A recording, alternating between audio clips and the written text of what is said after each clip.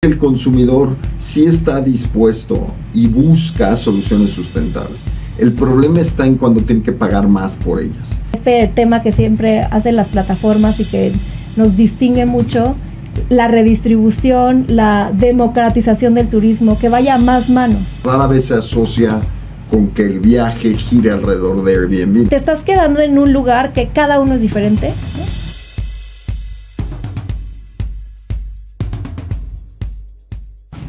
Hola, ¿cómo están todos? Bienvenidos al podcast de Mercados.0. Yo soy Álvaro Rattinger, estoy feliz de tenerlos este día con nosotros. Gracias por darle like, gracias por suscribirse, gracias por sus comentarios. Eso nos ayuda a tener cada vez más y mejores invitados y más contenido para ustedes. Al final del día el canal es para ustedes. Muchas gracias por estar aquí. Y además muchas gracias a Alejandra Kors. Ella es directora de Alianzas Estratégicas de América Latina de Airbnb.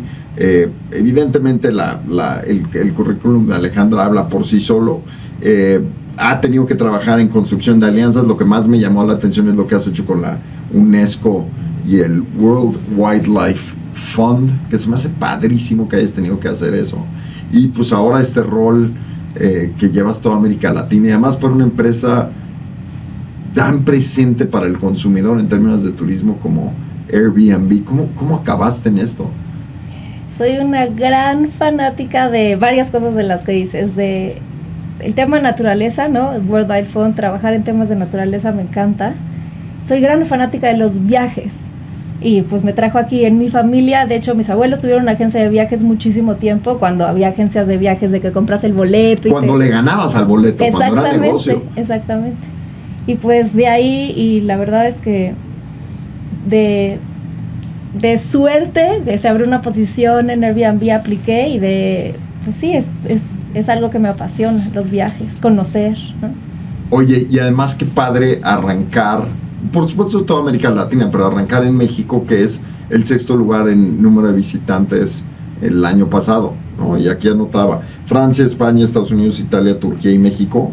Es una posición privilegiada, o sea, cuando vemos contra quién competimos, pues por supuesto Estados Unidos tiene que estar en esa lista por la cantidad de turismo de negocios que tiene, por la extensión territorial y al final para ser un hub global. Pero cuando te comparas con Francia, España, Italia y Turquía, es muy interesante tener a México en esa posición. No me puedo imaginar dónde estaríamos si sí hubiéramos hecho el nuevo aeropuerto internacional de la Ciudad de México, porque hubiéramos sido hub de América Latina. Seguramente estaríamos en 4º y 5º, porque, no sé, tú sabrás más de eso. Creo que el ICM y el NAIM no tienen, el AIFA no tienen esta característica de hub de vuelos, pero probablemente nos hubiera beneficiado, no lo sé. Pero qué interesante que estés en Airbnb, en un país que es 6º lugar.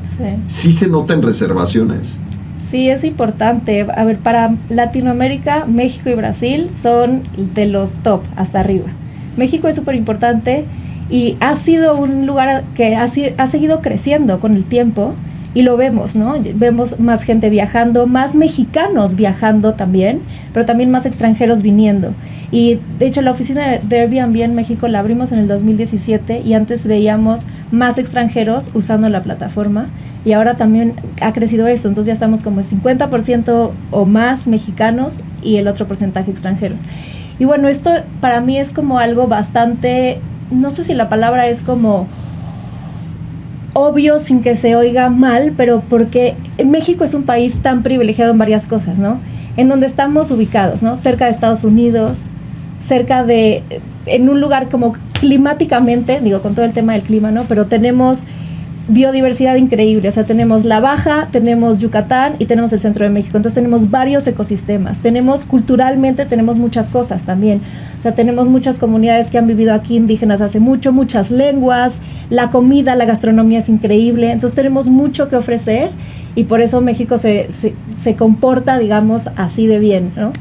Es increíble. Creo que desde las épocas de ProMéxico, que ahora entiendo prácticamente desde este sexenio ya no existe ese modelo, pero este modelo de ProMéxico, de promover la marca México, creo que hizo un acierto interesante que se le olvida a la gente, pero no es un esfuerzo que tenga 6 años o 12 años, es un asunto que empezó hace 18 años, de promover a México más allá de las playas, que era el producto turístico que tenía México como país, naturalmente Acapulco en los 60s, naturalmente Cancún evidentemente más moderno, en el sexenio de Zedillo hubo una promoción importante a Huatulco, pero empezaron a hablar de turismo ecológico, empezaron a hablar de turismo cultural, sí, turismo gastronómico, turismo también de vino, y eso creo que le genera a México un abanico bien interesante de posibilidades para el visitante, y recientemente golf en la sección de baja, donde ya empiezan a decir, oye, tenemos los mejores campos de golf del mundo, cómo están en el bucket list de los jugadores del PGA, yo qué sé, pero creo que combinación tan rica también genera un negocio interesante en términos de hotelería y en términos, por supuesto, de rentas de casas para Airbnb. Sí, lo que nosotros también vemos en Airbnb es, bueno, existen estos destinos grandes, ¿no? Cancún, Cabo, estos lugares que tenemos en la cabeza como destinos de playa grandes, pero también existen todos estos otros pueblos mágicos que hay regados por todo el país, y vimos nosotros en la pandemia, ¿no? Te recordarás este momento de marzo 2020, ¿qué pasa? Salen a decir, parece que va a haber una pandemia, marzo 16 creo que más o menos fue la fecha, pandemia, se paraliza el sector de los viajes, uh-huh, y entonces lo que empieza a pasar cuando la gente ya empieza a tranquilizarse un poco más y empieza a estar más seguro que puedes estar en grupos chicos y los cuidados, etcétera, la gente empieza a viajar a pueblos mágicos, a lugares cercanos, a 2 horas de tu casa, a 1 hora de tu casa, en tu pequeño círculo, ¿no? A lo mejor con tus papás, con tus hijos, y cómo este viaje carretero empieza a crecer mucho. Y eso también es algo súper rico de México que tiene, porque cerca de cada como gran ciudad, ¿no? Guadalajara, la Ciudad de México, ¿cuántos pueblos mágicos tienes alrededor? Entonces empezamos a ver esta como expulsión de gente de las ciudades a irse a quedar a estos lugares increíbles en donde puedes hacer cosas que no son de playa, ¿no? Lo que tú dices. Hay muchas otras cosas que hacer, de montaña, de caminatas, de comida, o de solo estar en naturaleza y no naturaleza, ¿no? Cultural. Que es un formato muy europeo, ¿no? El poder salir de Madrid e ir a pasar el día a Toledo, ¿no? O el estar en París y, yo qué sé, probablemente ir a Rosy o lo que sea, ¿no? Este asunto de poder moverte, y además, también hay que decirlo, en Europa tienes muy bien resuelto el transporte suburbano con trenes, que no es necesariamente la realidad de México, y creo que ahí tal vez eso justificaría, no lo sé, el uso del coche, también la protección en medio de la pandemia, como dices, pero pues es una forma fácil de tener una vacación de fin de semana, que eso también es una posición responsable, menos costosa, no tienes que agarrar un avión, etcétera. Creo que eso tiene que ver con ese comportamiento del consumidor. Sí, total. Hay carreteras, vas a tomar una carretera, te vas a quedar en un Airbnb, porque en estas zonas te encuentras una casa, vas a buscar una casa que está del tamaño que necesitas, viajas con a lo mejor el perro, los hijos, te quedas en un Airbnb. De hecho, nosotros en el momento que pasó esto en el 2020, hicimos una alianza, nuestra primera alianza con WWF, con FEMATUR, y hicimos esta campaña que se llama México por Tierra, y armamos rutas por diferentes partes del país. Entonces lo que hacíamos era recomendar o mandar, o sí, como dar tips de cuál carretera tomar. Digo, existe en Google Maps, ¿no? Pero en dónde hacer las paradas, a quién puedes ir a ver, qué puedes hacer en el camino, no sé, por ejemplo, Campeche me viene a la mente. Si sales de Champotón y no me acuerdo el pueblo, el nombre del lugar, hay unas cuevas que hay mucha humedad en donde la gente hace los sombreros. Entonces viene como, tal persona te recibe y puedes ir a hacer un sombrero con él o irle a comprar, ¿no? Y cosas como qué hacer o qué visitar o qué comer, cuidando, ¿no? En ese momento cuidando todo el tema de COVID, pero que al final sigue siendo vigente, ¿no? Viajar en carreteras, ir a un lugar cerca, o digo, viajar en avión también, ¿no? Pero me da la impresión de que se habla mucho de Airbnb en términos del impacto que tiene para la ciudad y si sube el costo de las rentas o no sube. Evidentemente con toda marca relevante hay un discurso político detrás, pero me da la impresión de que hay poco conocimiento del efecto positivo que tiene. Te platico, yo tengo un buen amigo que vive en el Reino Unido y me dice, la gran ventaja de la llegada a los Airbnbs es que se hizo más seguro en la zona donde vivo, porque pues hay más tráfico de gente y no se vuelve un lugar que en las noches se apaga. Y me llamó mucho la atención esa posición, porque nunca lo había nunca lo había visto desde esa perspectiva, de la reactivación de colonias que normalmente pues, tenían un ciclo muy residencial, muy tranquilo, y que probablemente eso las hacía inseguras en la noche. No sé si eso sea válido para México, pero me imagino que sí. Sí, sí lo es. Por ejemplo, hicimos este proyecto, esta alianza con UNESCO, que hablabas al principio, para promover que las personas que venían a México de viaje a quedarse unos meses o que estaban o los locales, hicieran actividades fuera de las típicas zonas turísticas o fueran a quedarse a dormir o a hacer actividades. Entonces, porque toda la gente que viene a México puede ser que vayan a las mismas zonas siempre, ¿no? Entonces visitas y antropología y vas a Polanco y a lo mejor a la Roma y visitas el centro, y a dónde más los podemos llevar. Entonces lo que hicimos junto con la UNESCO, hacer el proyecto se llama Turismo Cultural y Creativo, y lo que hicimos es buscar emprendedores turísticos que ya ofrecían rutas o actividades y les ayudamos a mejorarlas, a mejorar sus experiencias. Les llamamos así en Airbnb, ahorita te platico más. Y lo que hicimos con ellos fue, vamos a lugares como off the beaten track, ¿no? Vamos a Iztapalapa, vamos a Iztacalco, vamos a Xochimilco, vamos a Tláhuac, de la mano de alguien de ellos. Entonces, por ejemplo, Xochimilco, ¿no? Miroslava. Miroslava ganó la flor más bella del ejido en el 2000, no me acuerdo, 2008 creo, y es un concurso de belleza cultural que hay en Xochimilco, y la flor más bella del ejido, y ella es la anfitriona de esta experiencia. Entonces ella pasa por ti, bueno, manda a una camioneta que pase por ti, te llevan a Xochimilco, en la parte que estés de la Ciudad de México pasa por ti, y van a un mercado, compran las verduras, hacen un tlapique, que es como un tipo tamal sin carne, que es así se llama, y lo hacen con hoja de, no me acuerdo si de plátano o de maíz, y te subes a la trajinera después de subirte un bicitaxi, conoces las partes, lo típico del lado B de Xochimilco, no conoces lo típico, te vas al mercado, que no lo conocerías de otra forma, te subes en un bicitaxi, que no lo usarías de otra forma porque son los locales lo que lo usan, vas a un embarcadero en donde están sus trajineras y ahí te subes y vas a visitar estos canales con árboles divinos a lugares en donde no irías normalmente. Entonces, esto que hicimos justo con la UNESCO fue ayudar a promover estos lugares, estos destinos que de otra forma no se visitarían tanto y que creemos que tienen un potencial muy, muy grande y son muy bellos, y hay muchas cosas que se pueden hacer afuera de lo típico. La Ciudad de México, como la ciudad que lo tiene todo, tiene muchas cosas que visitar y se pueden hacer un sinfín de cosas, ¿no? El cablebús, salir del centro de la ciudad, ir en metro y llegar hasta una estación no me acuerdo el nombre, en Iztapalapa, subirte al cablebús y tener el recorrido del cablebús de la mano de un anfitrión que es un local.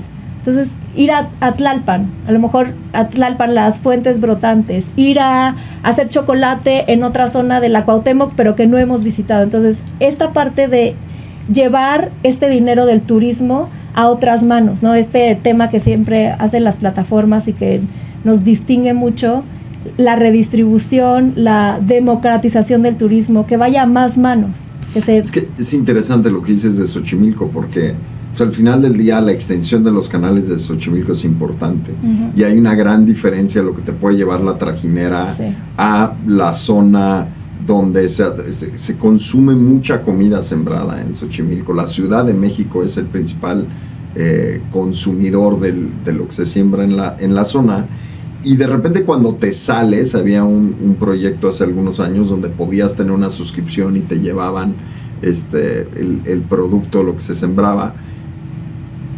Y yo recuerdo muy bien que cuando lo presentábamos en los análisis de tendencias de mercados.cl, la gente decía, es que no sabía que se sembraba en Xochimilco, porque hay esta idea totalmente urbana de Xochimilco que es producto de las trajineras. Se me hace muy interesante, porque para el caso, qué padre sería que te llevaran a un mercado y que te llevaran a comer. Y creo que eso se está haciendo la norma ahorita con esta nueva estrella Michelin a una taquería. Pues es salirte de lo que tú piensas que tiene que ser el turismo. Ahora, tú ves a un alemán o una pareja de alemanes con sus hijos caminando, cruzando circuito interior, y dices, estás perdido, ¿no? Esta no es la zona turística. De algún modo se nota.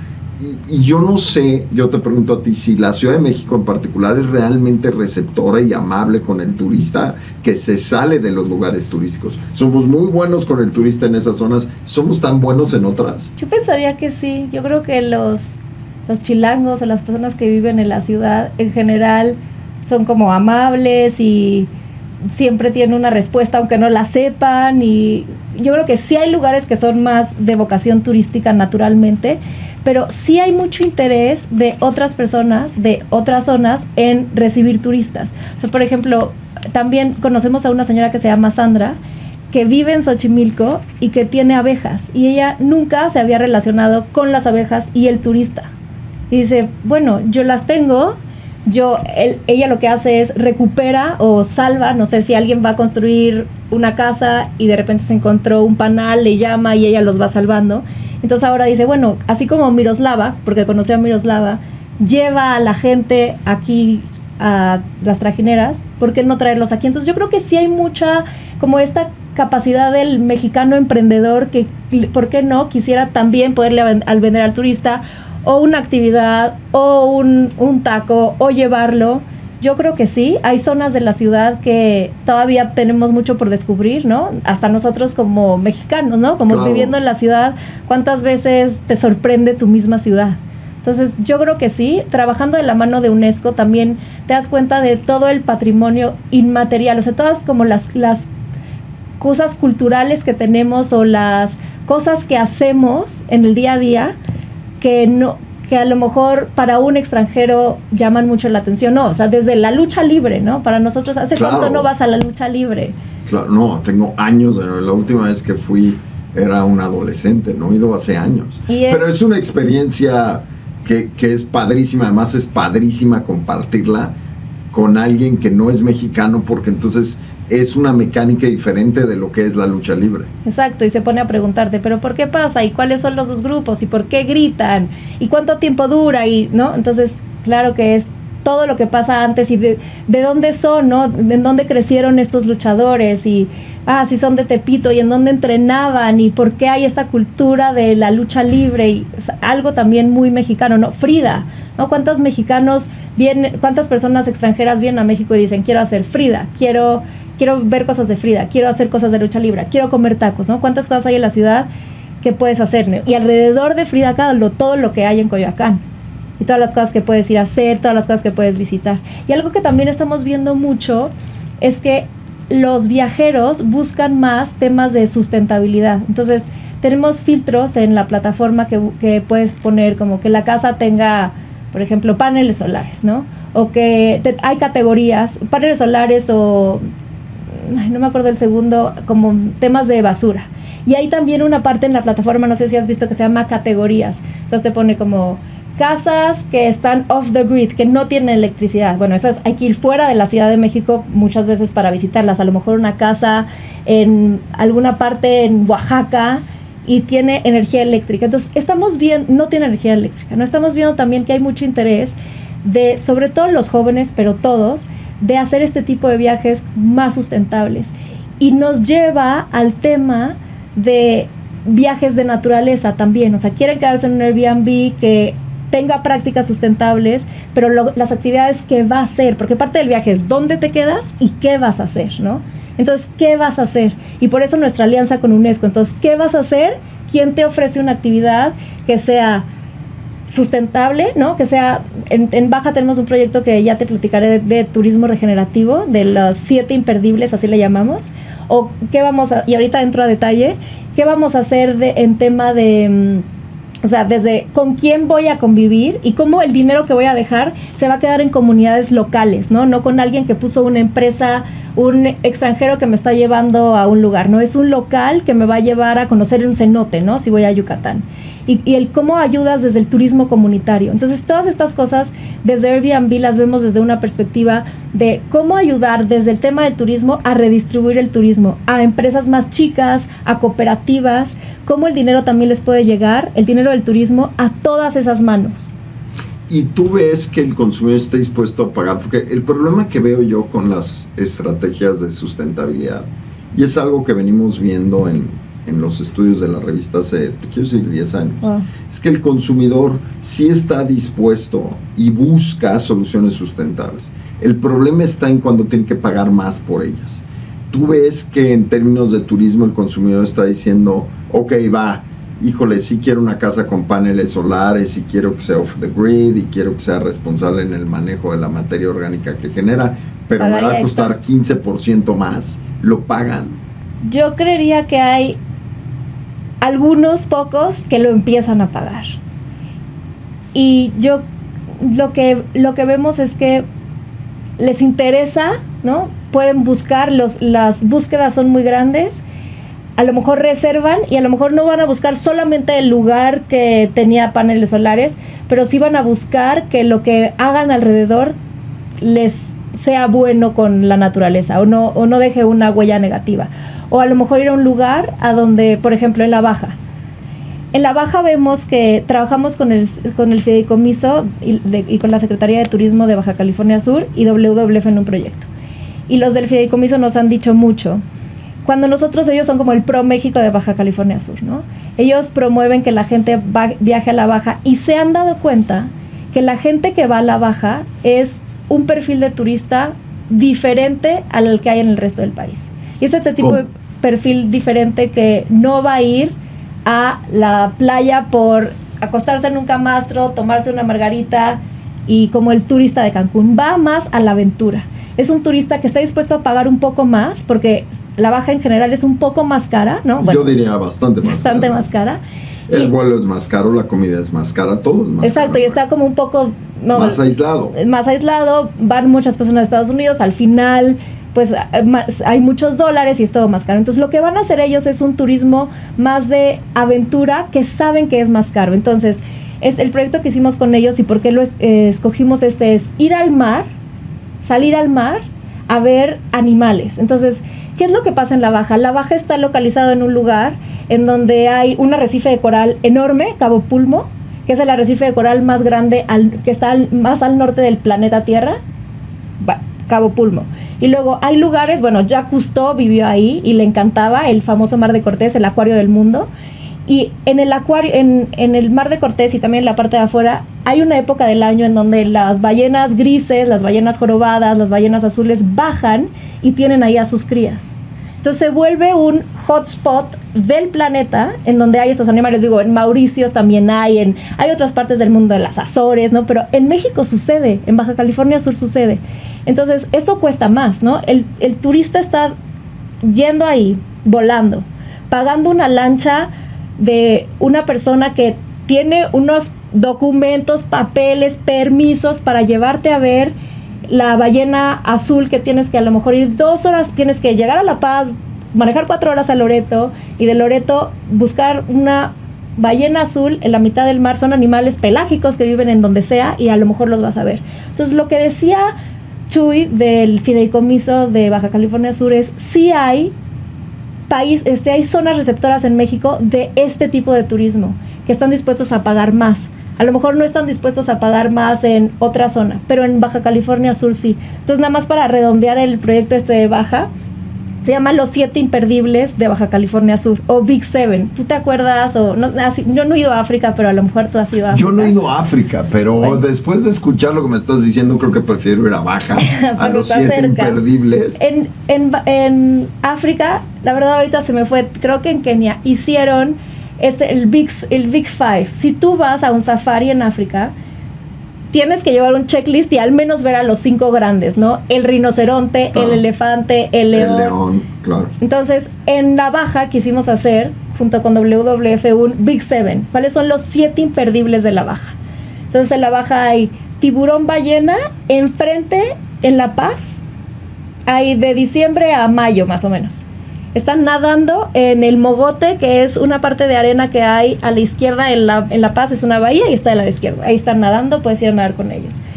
Hay zonas en donde hay ballena gris, en diferentes zonas, cerca de la Salina de Guerrero Negro, pero hay más cerca de La Paz también, en Puerto Chale. Entonces dijimos, vamos a ayudar a distribuir el turismo a otras zonas, bueno, a La Paz, en lugar de Cabo, La Paz. En lugar de que vayan a ver al típico lugar, vamos a Puerto Chale, que hay muchas cooperativas que algunos eran pescadores antes y ahora se dedican a llevar gente a ver, a avistamiento de ballena gris, irlas a ver. Ballena azul, la que te digo en Loreto, que también es off the beaten track. No hay muchas personas que van a Loreto. Definitivamente no.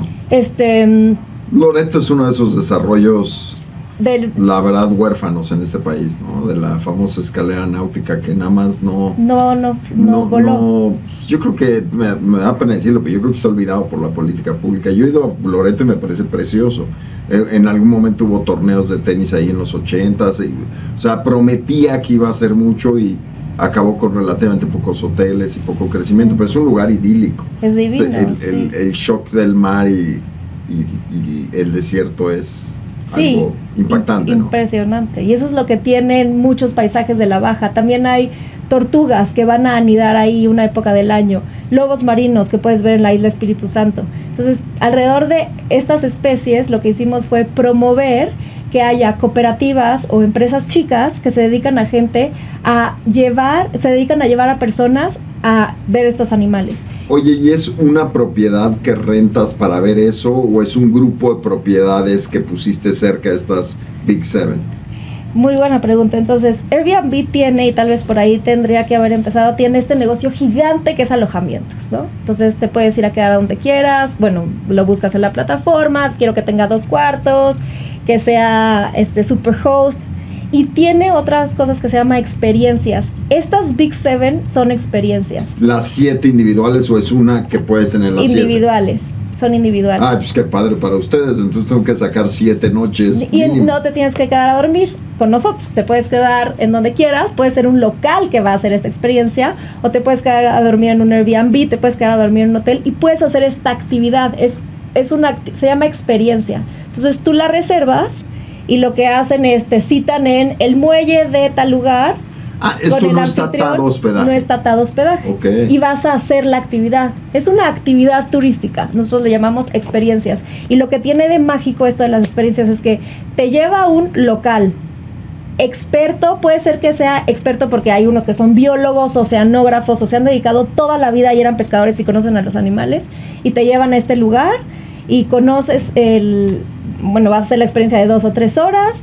Y tiene como local knowledge, ¿no? Sabe algo, te lleva, sabe cuáles son los lugares en donde más probablemente lo ves. Entonces, esas se llaman experiencias. De hecho, lo que te platicaba hace rato de las abejas, o lo que te platicaba de ir a hacer la pique, son experiencias. Entonces, porque lo que acompaña un viaje también es qué vas a hacer, ¿no? ¿Qué vas a comer?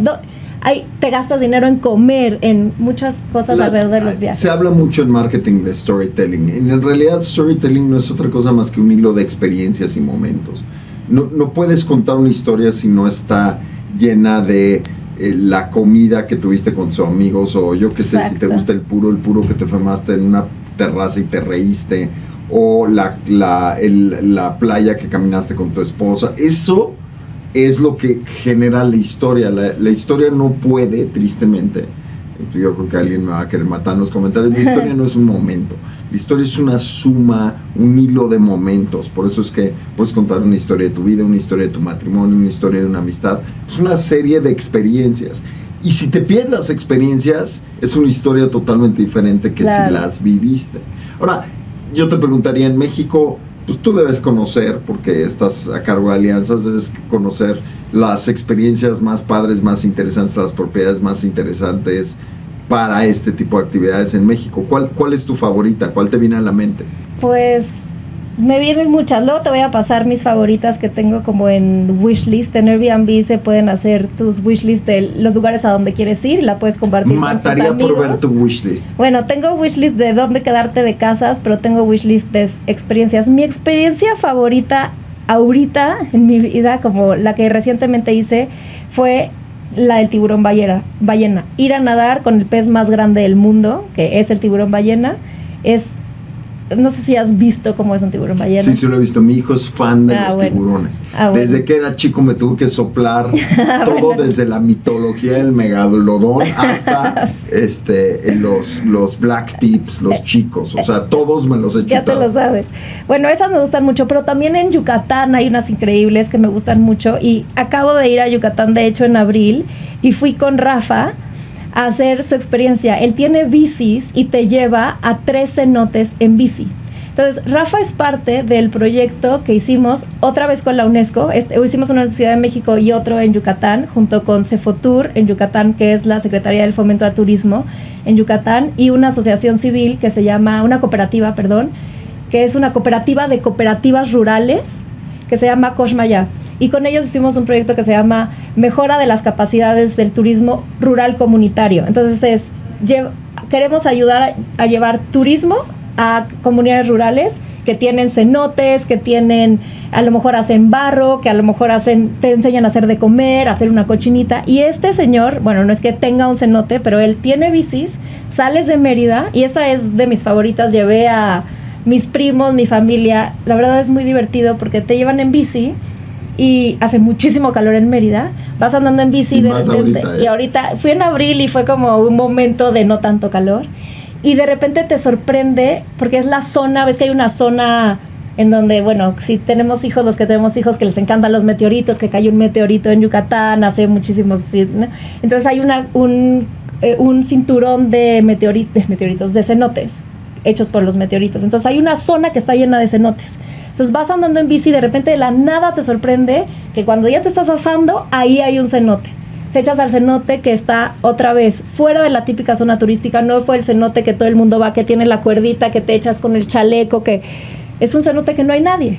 Es un cenote de un ejido o de una comunidad que Rafa, a la persona que es, bueno, hay varios que son dueños, a lo mejor le paga algo por la visita y vas a ver ese cenote, 3 cenotes diferentes por el calor que hace, una cueva al final, y luego terminas comiendo con Doña Rosa unos panuchos que está haciendo mientras tú andas en bici. Y ya te regresas a Mérida. Entonces, conoces los cenotes, anduviste en bici, en caminos, en esa zona hay muchas haciendas, y las haciendas enequeneras tenían sus trenes de vapor chiquitos para ir recogiendo enequén y supongo otras cosas que tenían. Y esos caminos están como medio en alto, son los caminos que están limpios, o sea, supongo que de repente los tienen que quitar la maleza. Sí, seguramente, porque crece muy rápido. Exacto. ¿No? Y en esos caminos es que andas en bici y es plano, o sea, es para todos los niveles, así de plano, andar en bici, digo, el sol es lo único malo.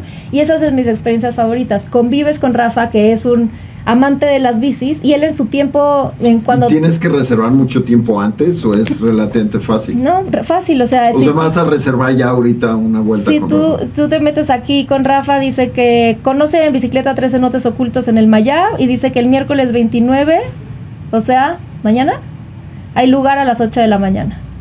No, pues, o sea, ya eres... Ya vi porque tu familia tenía agencias de viajes, o sea, lo llevas en la sangre. Allá, así te lo voy a vender. O sea, esos son de algunas iniciativas de mezclar a la comunidad con...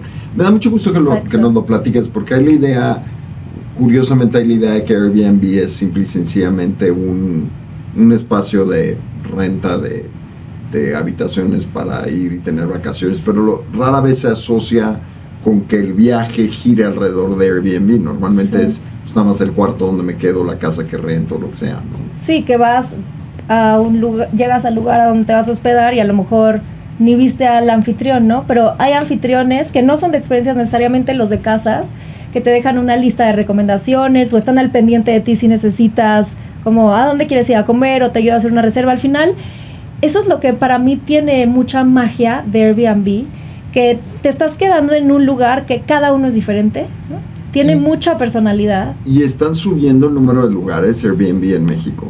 O sea, tienes cada vez más espacios para rentar. Sí, hay cada vez más, y sobre todo hay en lugares que no había antes, no sé, en un pueblo perdido en un lugar muy chico en San Luis Potosí, o a lo mejor hay más en Tlaxcala, o más en pueblos mágicos, o la oportunidad al final es donde alguien quiera abrir su casa. ¿Cuál es el lugar de mayor ocupación?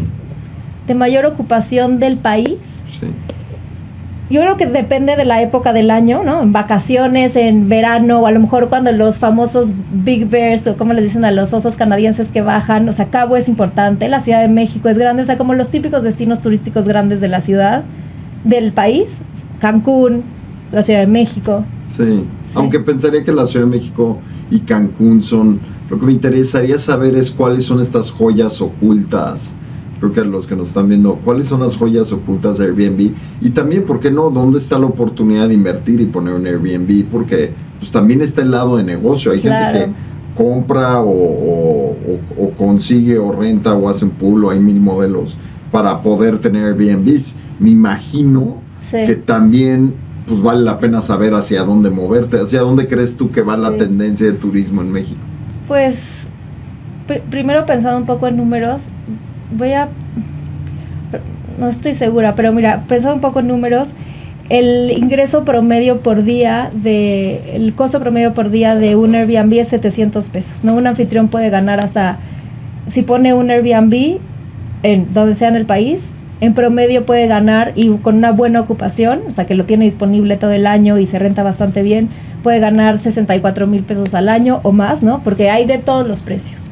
¿Y dónde está creciendo la oportunidad de tener Airbnbs? Creo que vale mucho la pena ir a lugares que sean las joyas, ¿no? Los lugares como al lado, no en Tulum, pero al lado de Tulum, ¿no? A lo mejor Akumal, o lugares que no es playa, pero al lado de playa. La Ciudad de México como tiene tantas personas aquí, salen mucho, ¿no? Valle de Bravo ya está bastante lleno, bueno, hay bastantes Airbnbs, pero hay lugares fuera de Valle de Bravo, Acatitlán, o zonas así, que todavía no hay tantos Airbnbs. Tepos, lugares cerca de la Ciudad de México, la misma Baja. O sea, si tú te metes en la misma Baja, La Paz y Cabo a lo mejor sí hay muchos, pero los otros lugares más pequeños, ¿no? La Ventana está creciendo bastante en términos de como interés de gente de viajar, y hay interés de más Airbnbs. Entonces yo creo que es una oportunidad depende cuándo en el año, si lo pones en el verano, si va a ser una casa que tú la vas a usar cuando sales de vacaciones, la pones disponible y estás en un lugar de playa. Entonces la oportunidad es grande. ¿Y tú ves que en México los propietarios de Airbnb son más, ya tienen este formato de tener un lugar exclusivo para Airbnb, o el formato original que era, pues yo tengo 3 fines de semana que no lo uso y lo rento? ¿Qué mezcla hay entre estos dos perfiles de propietarios? Yo creo que hay una mezcla o sea, hay zonas, no sé, el famoso Tulum o lugares cerca de la playa, en donde sí hay hay un porcentaje un poco mayor de propiedades que ya son dedicadas a eso, ¿no? Porque hubo mucho desarrollo inmobiliario y la gente se puso a comprar departamentos o casas para ponerlas en Airbnb, pero sigue sucediendo este otro lado de que es una casa de fin de semana, o es la casa que ellos usan cuando salen de vacaciones, la ponen en Airbnb. Entonces sigue habiendo una mezcla, pero depende de qué parte del país es, ¿no? Los destinos vacacionales típicos de playa es en donde más sucede, pero hay muchas, que es una señora que comparte su casa, ¿no? Cerca de las universidades, cerca de los centros médicos en la Ciudad de México. Hay muchísimas, he conocido a doña Susana, que ahorita me acordé de ella, tiene un cuarto en su casa que renta en Airbnb, y que le ha tocado gente que se va a hacer tratamientos o va al hospital y se quedan con ella. Turismo médico también existe. Es que es interesante que lo menciones, porque cuando ves el negocio de Airbnb, cuando ves el perfil, al final del día es, por supuesto, una fuente adicional de ingresos para alguien que tuviera la casa, pero también aproximarlo de una manera distinta, como dices tú, pues turismo médico, o pensar por ejemplo, en Estados Unidos, los parques de RVs, estos camiones enormes, están totalmente correlacionados a su distancia con parques nacionales. Entonces, si tú tienes un RV park cerca de el parque, uno de los más famosos, Yellowstone o Glacier Park en Montana, pues la gente va a querer llevar su RV park, o va a querer rentar una cabaña en un lugar que esté cerca de estos parques nacionales. Creo que lo mismo es cierto con el Teposteco, o lo mismo es cierto con Taxco.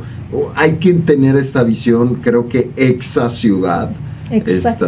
De no decir todo tiene que ser en la Ciudad de México, o todo tiene que ser en Polanco, porque pues también seguramente la Narvarte o el mismo Ecatepec tiene un encanto, ¿no? Para los que han ido a la central de abastos en Ecatepec, verán que tiene un charm urbano muy interesante, especialmente en una ciudad que es resultado de la absorción de muchas mini ciudades, ¿no? Sí, es increíble. De hecho, la Ciudad de México tiene la central de abastos, que están poniendo paneles solares arriba, que va a ser la instalación de paneles solares, no sé si más grande de Latinoamérica o enorme, y es súper interesante ir a la central de abastos, ¿no? Sí, sí es, y lo comparas con lo desarrollado que está el turismo local y comunitario en Estados Unidos, donde ves que la gente va a no sé, ver la intersección de 4 estados, ¿no? Y es simple y sencillamente una placa en el piso donde dice aquí hay 4, y están los 4 estados, seguramente lo has visto, y están los 4 estados, y dicen, bueno, y eso es un atractivo turístico, pues aquí, ¿por qué no pudiéramos tener la intersección de 3 estados, ¿no? Probablemente no tiene mayor valor ver la intersección de 4 estados, pero claramente es importante porque la gente sí va en Estados Unidos a verlo. Claro, sí. No estamos todavía en ese punto en México. Yo creería que sí, o sea, bueno, a ver, depende de qué. Tenemos muchas cosas que sí ver. ¿Tú no crees que haya como estos atractivos turísticos increíbles? A ver, tenemos Teotihuacán.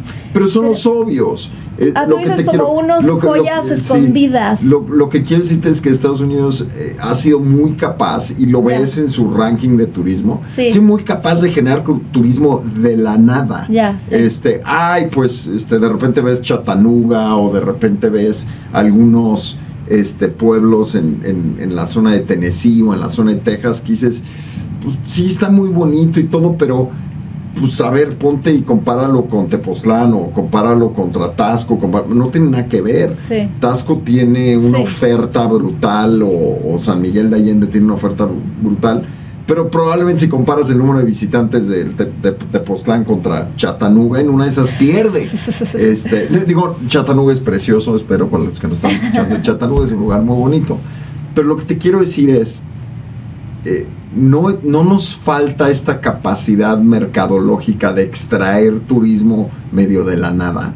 Sí, sería más interesante si podríamos ser mucho más creativos y sacar más jugo tenemos mucho que ofrecer, pero podríamos hacerlo más. Yo creo que también depende de esta capacidad del individualismo, como grupos pequeños, cooperativas, empresas pequeñas, inventando, sacando, y claro, acompañado de una promoción grande del país, ¿no? Pero yo creo que se combina. Y hablando como un lugar diferente de turismo, ¿no? Que no estamos acostumbrados, o que todavía no llega turismo ahí. ¿Te acuerdas de las Islas Marías? Claro, por supuesto. O sea, las Islas Marías fueron una cárcel, ¿cuántos años?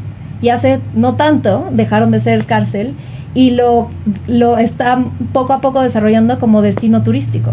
Bueno, y cuando vas a San Francisco no puedes evitar ir a Alcatraz, y pues podrías tener perfectamente bien un turismo similar. Exacto. Entonces, este tipo de cosas, que seamos creativos, ¿no? Todos, es responsabilidad de todos, y ayudemos a que se crean esta tierra fértil. Nosotros en Airbnb tenemos un programa que se llama el Airbnb Academy, que es pues una academia, una escuela puede ser en línea o en persona, en donde ayudamos a emprendedores turísticos o gente que se quiera hacer emprendedor turístico, a que aproveche Airbnb como plataforma y que se conviertan en emprendedores turísticos. ¿Cualquiera puede poner su experiencia en Airbnb, o te tienen que hablar a ti? Sí, pueden subir su experiencia. Hace poco estaban cerradas, no estoy segura que ya hayan abierto, no estoy segura ahorita, pero pueden subir sus experiencias y pueden subir sus casas. O sea, y en Airbnb las casas es lo obvio. Las casas es lo obvio, sí. O sea, como las actividades, tú dices. De hecho, sí, las experiencias, te tengo que súper confirmar, pero según yo sí. De hecho, el 1 de mayo pasó algo en temas de experiencias. Salió una cosa que se llamaba Icons, Airbnb Icons. Entonces son 11 experiencias extraordinarias que lanzó la plataforma, y si tú te metes a la plataforma, viene hasta la izquierda 11 actividades. Es como la casa de Up, ¿te acuerdas Up? La película de Pixar. Sí. Entonces rehicieron la casa de Up, de Carly, sus fotos y todo, y la colgaron de una grúa gigante, y está en alguna parte de Nuevo México, no me acuerdo del lugar, y puedes ir a quedarte a esa casa. Entonces son este tipo como de... Bueno, hicieron el cuarto de Van Gogh hace algunos años y ganaron unos premios Cannes por hacer eso. Exacto. Creo que eso a eso me refiero con generar marketing de la nada y turismo de la nada. A mí me genera... Mira, México es el 6º lugar del mundo en turismo. Somos claramente una potencia en turismo. A mí me parece que no le hemos rascado ni la superficie. Hay tanto que hacer en México que de repente yo digo, chin, ¿cómo es posible que perdamos en ecoturismo contra Costa Rica? No tengo nada en contra de Costa Rica, son una potencia, pero aquí en México podríamos tener esas ofertas.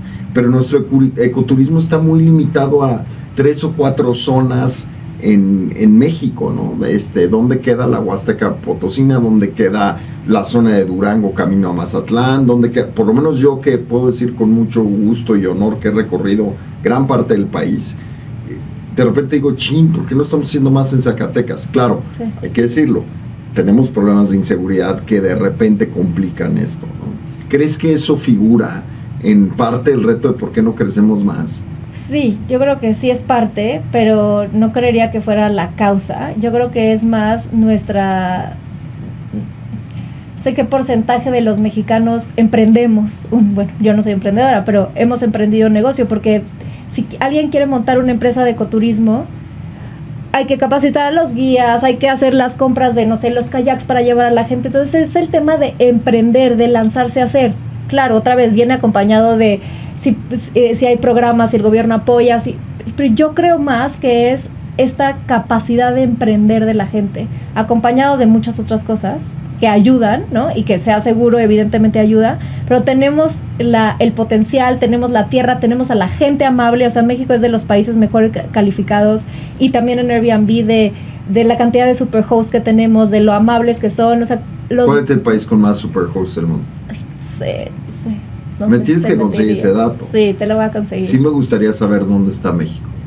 Yo tengo la teoría de que somos un gran país en términos de anfitriones, lo notas cuando sales. Sí. Pero también creo que estamos idealizando un poco. No siempre, no en todos los casos. Sí. Entonces eso pues, genera, como no lo medimos, tampoco encontramos realmente un vehículo para mejorar. Lo que no se mide no se puede mejorar.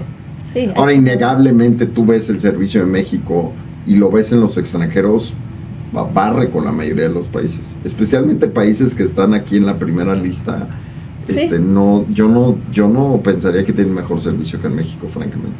No. Y mira que me encanta España, pero el servicio mexicano al español, la verdad, sí, me parece se supera. Mejor. Seguramente eso es el mexicano que tengo dentro hablando, pero... Orgullosamente sí. Y si te das cuenta, como los países que tienen como muy buen servicio al cliente turístico, hay muchos latinos, ¿no? También hay algo de la cultura latina que así nos caracteriza, ¿no? Nos caracteriza, somos más amables, a lo mejor es algo muy cultural, y eso hace que haya tierra fértil otra vez para el turismo. Entonces tenemos cultura, empezando con lo que hablamos al principio, ¿no? Tenemos la tierra puesta porque tienes los animales, porque tienes las playas, porque tienes las montañas, porque tienes la gente. Entonces México es un país increíblemente rico en naturaleza y rico en cultura, y eso quiere decir, enseñémoslo, veámoslo nosotros, y también abrámoslo para otras personas. Ale, me encantó platicar contigo del turismo sustentable en México y el turismo responsable. Qué bueno que están haciendo esas iniciativas, qué bueno que la plataforma no es solamente te rento una casa, un cuarto, sino es, oye, cómo genero experiencias y genero empleo. Te felicito, qué padre chamba tienes. Muchas gracias, Álvaro, fue un placer estar aquí contigo platicando, me encanta escucharte, así que te seguiré escuchando. Muchas gracias. Bien. Pues muchísimas gracias por estar aquí. Muchas gracias a todos por estar en el podcast de Merca 2.0. Se pasó el tiempo como agua. Los veo la próxima semana. Yo soy Álvaro Rattinger. Por favor, suscríbanse, denle like, participen en el canal. El canal es para ustedes al final. Nos vemos la próxima semana.